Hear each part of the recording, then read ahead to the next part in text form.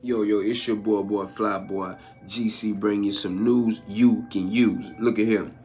I'm gonna react to this story about this guy from Milwaukee that was dangerous. If you're new to this page, man, this is a reactions page right now I'm doing for the people who been to jail, that's in jail, that's holding people down in jail.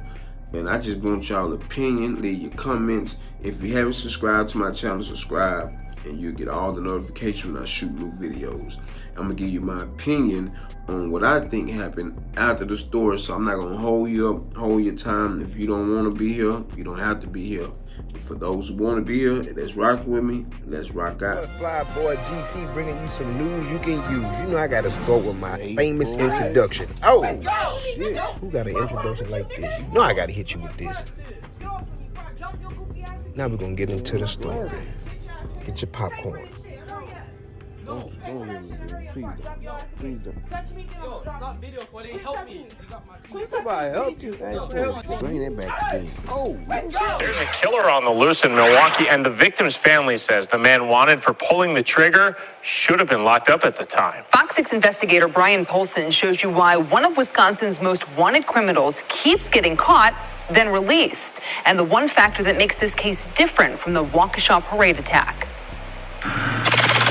It doesn't take a sophisticated assessment tool to see this person is dangerous. Complete menace of the city. The trick is measuring that danger in dollars. Money, ultimately, at the end of the day, does not equate to safety. And that explains why Kenneth Twyman is a wanted man again.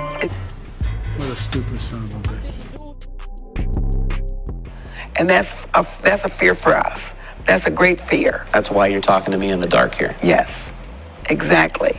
Last month outside the Quick Mart near Fond du Lac and Locust, someone shot and killed her nephew, 24-year-old Tavon Luckett. What happened? What happened? Her confusion turned to anger when prosecutors charged Twyman with homicide. 4 outstanding warrants, 4 felony open cases. In 2018, police say Twyman led them on a high-speed chase, crashed into an SUV with a mother and 3 young children inside, then ran off into the darkness. Inside his car, police found a half-pound of marijuana, cocaine, heroin, scales, a gun, ammo, and 7 mobile phones. I'm not fucking done yet! Whoop, whoop! One that contained videos so concerning. Never seen such reckless behavior in my days. Twyman quickly became one of Wisconsin's most wanted. U.S. Marshals are asking for your help locating this 19-year-old Milwaukee man. After Fox 6 News featured Twyman's story in December of 2018, Tonight, that suspect is in police custody. U.S. Marshals picked him up in Arkansas. A Milwaukee judge set bail at $3,000 cash.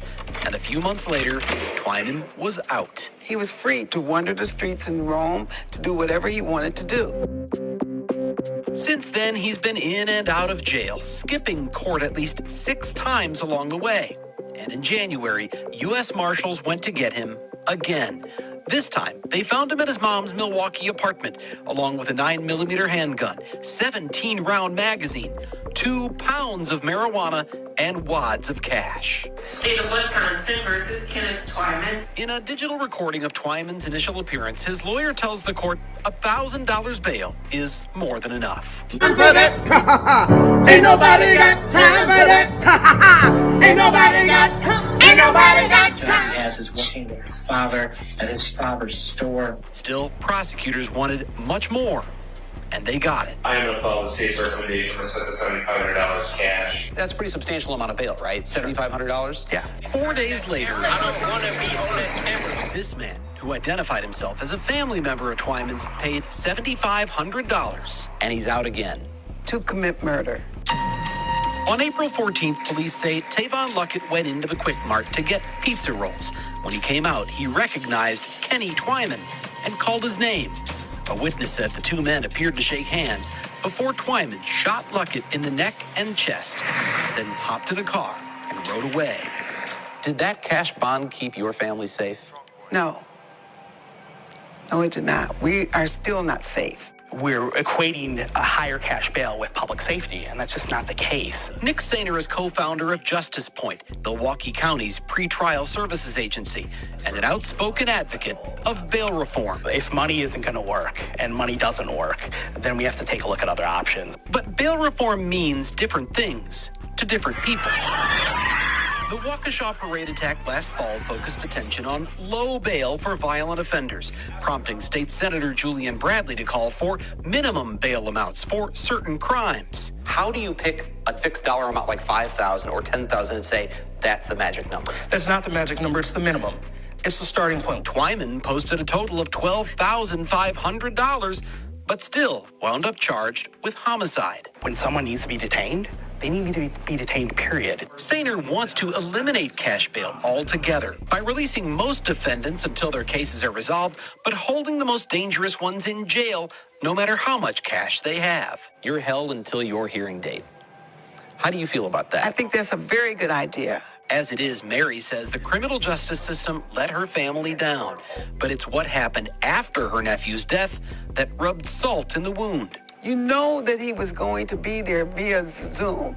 I mean, why didn't you go and get this guy? On April 21st, a Milwaukee court commissioner issued a homicide warrant for Twyman. The next day, he was in court on a different case, appearing by Zoom from his lawyer's office in Racine. The prosecutor knew there was a warrant, but according to Deputy DA Kent Lovern, she said nothing. It would be in the interest of law enforcement and in our interest to not have that information divulged to a subject who is wanted. All they had to do was just pick up the phone and make a phone call. Mary says her family members are grieving, but they are also scared. Who knows what he's gonna do next? If the system won't hold Kenneth Twyman accountable, she says, this could turn into a real gun battle within the city of Milwaukee. The streets will.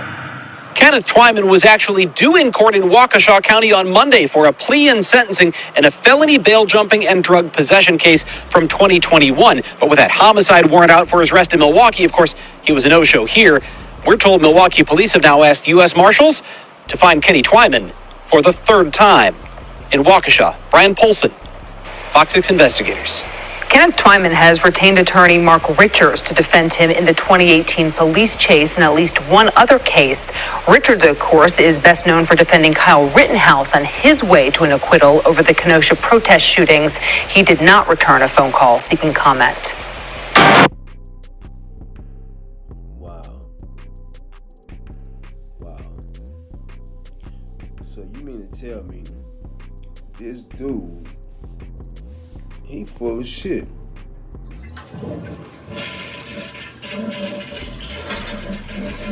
This is the full of shit segment, man. Like, how can you have all these buns and still be free? And whose fault is it? It's their fault. It kind of made me think they wanted him to be out and to kill more of his people. Once again, I always tell y'all, you can be black but have a white man's inside because you hate your own kind because you keep killing black people. This man actually had so many buns to where they was just saying, hey man, come on in. We're going to set it for you lower so you can get back out. And we'll go look for you. And we're going to look for you again. Like, they playing a game of hide go seek with this dude, man.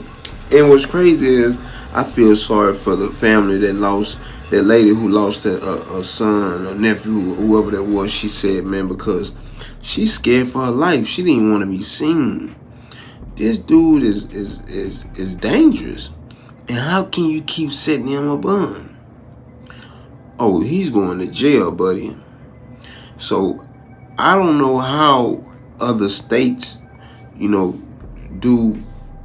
their assessments when they do their bonds, but every state is different. I'm from Houston, and where I'm from, if you're a non-violent offender, they'll let you out for free. But recently, because of COVID, Man, people been having murder cases and getting bonds. And I'm talking about a cheap bond. I remember, man, in 2016,